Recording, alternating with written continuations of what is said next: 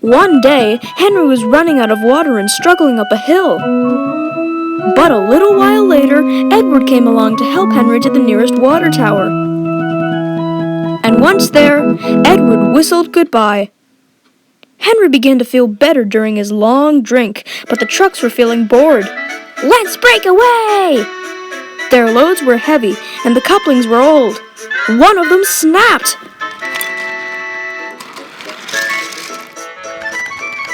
"Faster, faster!" screamed the trucks.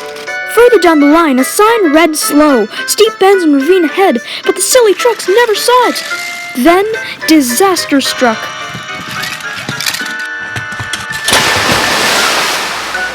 By the time Henry arrived, it was too late.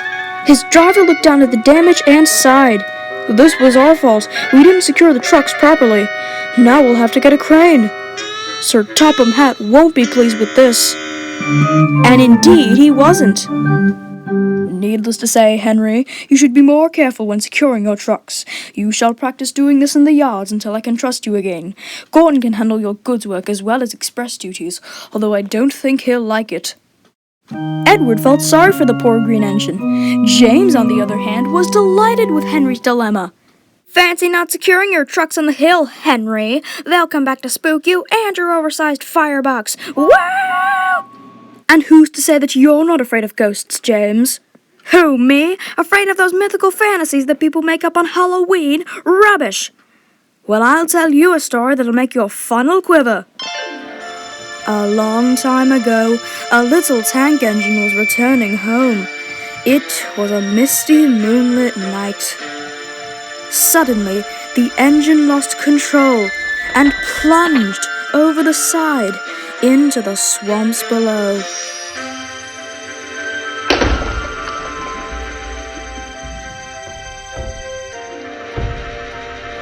He was never found again.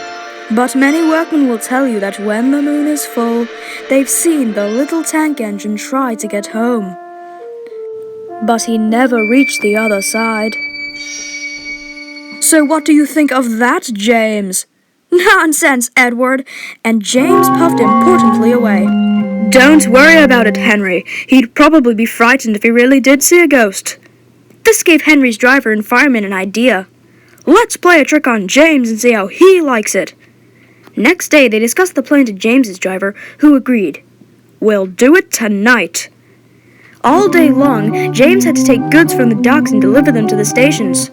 And once his trucks were unloaded, he took them back to the docks to be loaded again. And all the while, his journeys took him across the old bridge. Haunted bridge! Rubbish! It's as tame as Heavy Hector! "I heard that." "Shut up!" But all the same, he kept thinking about Edward's story. By the time evening rolled around, James had become impatient. "If we don't go now, silly little Thomas will take my favorite place in the sheds." "We can't leave yet. We have to take these empty trucks back to Brendam first." The driver could see that the plan was working because James looked rather nervous.